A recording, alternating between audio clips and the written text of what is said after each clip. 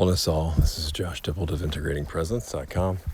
Walking on the English countryside now in June 2023. And this is just a quick intro that I wanted to kind of preface this beautiful, I'm just going to call it a Dharma Talk by Randi. She sent me kind of privately, and I've got it approved to publish now. What makes this really unique is that she hasn't studied a lot of the formal teachings in a way most people have, and therefore she doesn't have like the same kind of language, but it points to pretty much the same thing. And this is a great new angle, I feel, and it's, of course, it comes from almost self-discovery, I would say. I mean, of course, she has some exposure to formal teachings and texts, but not much. So the language she uses is unique, and my heart really leaped up when I heard this. So this is a continuation or an expansion on two videos she recently did on YouTube called Meta Perspectives on Energy and Consciousness, and then on the depth of mindfulness in the practice of being harmless. So check these out on her YouTube channels. The last one's on the Higher Order Density 1 channel, and then the first one is in the How Future Communities. If you just search Randi Green with an I on YouTube, you'll find her three channels. Just look for around June time, 2023, to get the expanded perspective on these. And sorry, I'm a little winded from walking for a few hours.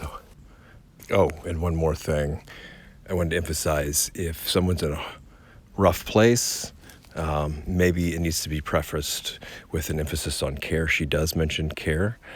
I find that needs to be more emphasized in this, in my personal opinion, especially to those going through challenging times when your message is like kind of insignificant and I don't mean anything in the world. I mean, she uses a lot more heart-filled language than that. But this, what notion that some people call emptiness, it's kind of the more popular term for it. But what is really the kind of flavor of that? The essence of that is actually this, most people call it compassion, and she mentions a few things. She mentions care. To me, it's a deep, heartfelt quality of care. Kindness, all the great heart qualities we can have. So I just want to overemphasize that if someone's kind of bleak on their outlook on life, especially the Sargadatta Maharaj quote I love, something like, wisdom tells me I'm nothing, love tells me I'm everything. Between these two, my life flows. Okay, sit back and enjoy this and see that it is, at least in my opinion, quite unique and really touches deeply and profoundly, and you'll get a new perspective and way of viewing some of these teachings that will add on to those public talks and be even shorter and more direct in some senses. The exercise I did, which I coined the another exercise, whether or not that's true, as I said, but I'll just repeat it a little bit with a little bit more extensive explanation, is that the idea is that we, via our five skandhas, go in and interpret situations, we process information, we make our perspectives of these situations via our different forms of conceptualizations, lots of fancy words, right? Of how we've interpreted the situation. We build a kind of a sense of self within that situation, where we either explain what we did was right or wrong, or how it relates to us, or how we relate to the situation or other people. And in that we get energetically entangled via all of our thought processes, our interpretations, and the type of energy we use in that interpretation and in these thought processes.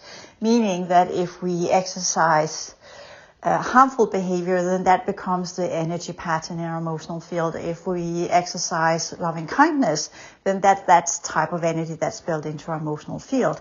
So the whole game is, of course, in mindfulness practices and in both the everyday lived mindfulness and our observances of what we do and what we do not do and how we respond to these situations, is the understanding of the energetic implications it has on our fields.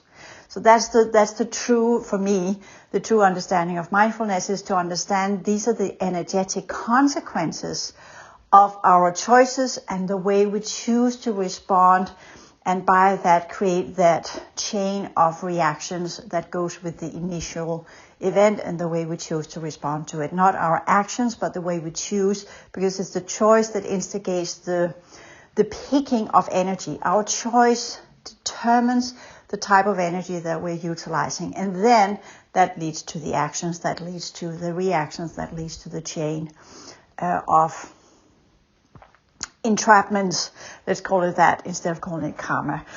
So the whole point of the exercise and the dissolving of all of these rising and falling dynamics as it is, we understand when we go in and see everything as energy, then we also understand that all of these choices and incidents and events and thoughts and processes and skandhas and everything is just energy. So if you put it to the meta perspective where we see everything as energy, we also understand that that's not important for who and what we are, because technically when we go into everything is pure energy, there is no I that determines what's right and what's wrong. There's just energy. There's just a rise and fall of different forms of energies. And then the next step of that exercise is to go into be absorbed in the understanding of this is just energy, fluctuating energy that shifts form, that comes in different ways, and we can ride with it or against it or not at all. And then once we begin to understand these dynamics, then we go in and do the same with our skandhas. And in that dissolving of the skandhas, which we understand are tools of perception, tools of interpretation, tools of how we conceptualize things, all used to build a structure around what we perceive to be us as a being, as a living being, as someone who exists within this reality field. And once we understand that, then we dissolve the skandhas and the sense of self within the skandhas and the ideas and the entanglement it leads to that ties us to our choices, because our choices is made from an idea of this is me, this is important to me. And with that understanding that we say, well, this is important to me, we also understand that that me is not really a valid structure in the terms of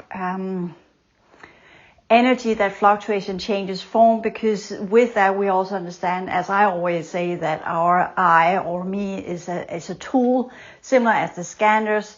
And with that understanding, we can dissolve that tool, we can remove that tool, we can for a period of time just be energy. And that's where we go into the body, understand the body's not real either, that everything is not real in the manner of that it exists eternally.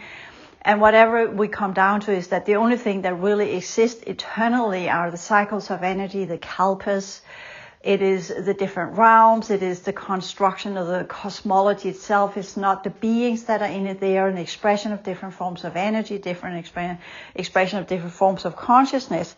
And as we go into that understanding, we also understand our fleeting moment in time, that we are just like the wind, that we are not important, that what we cling on to is not important, that the relationships we have are not important, that what we find to be our creations are not important, what we have expressed is not important either, since everything is just energy when it comes down to it.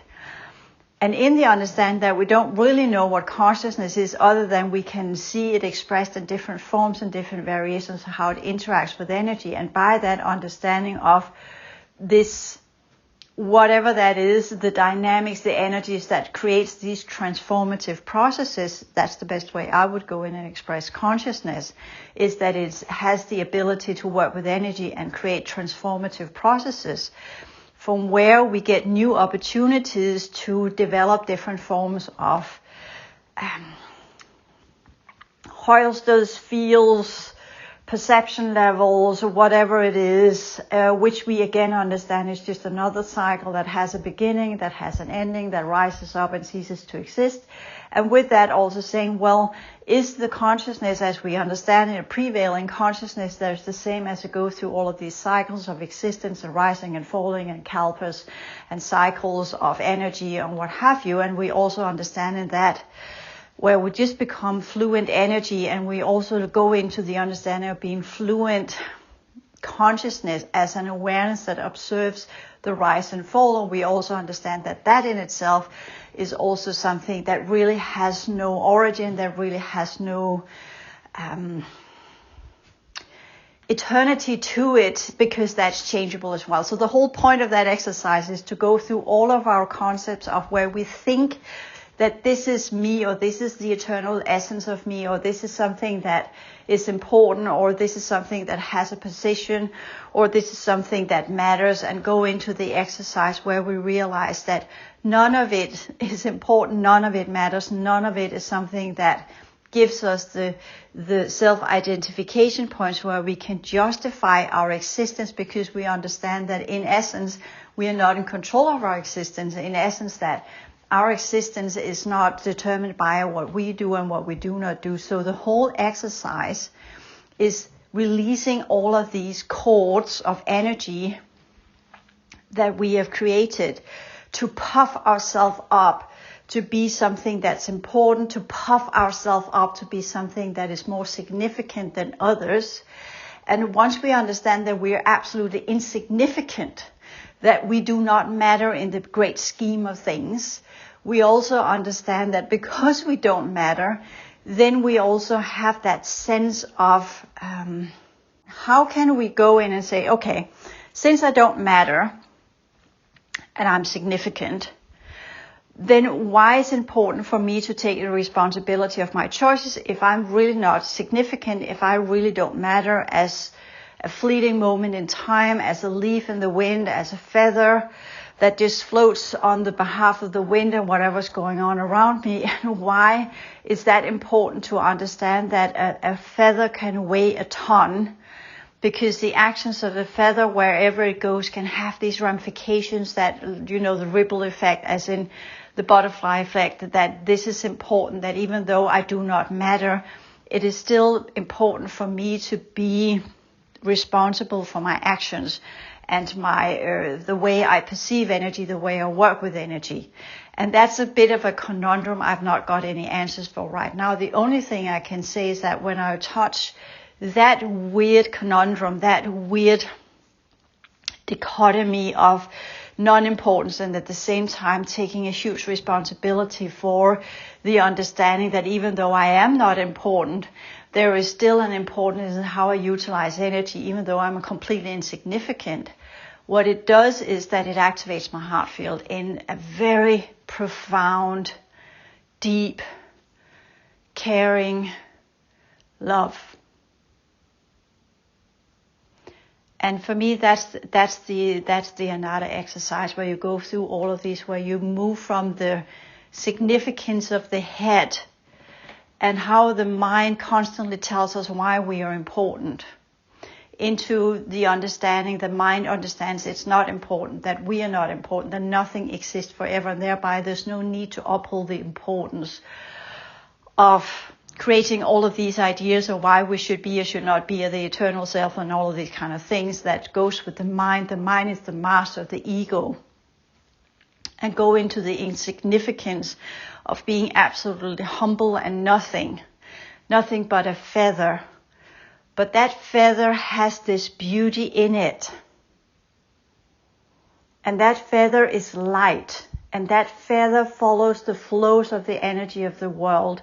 And with that, I can't explain why it does that to me. It's not something I do, but when I connect to the feather and the feeling of being the feather and being insignificant, then my heart goes completely into an enormously high vibrational rate that gives this feeling of complete and utter kindness and complete and utter, love is not the right word, but it is this humongous, huge heart that gives the true understanding of existence and what existence should be all about.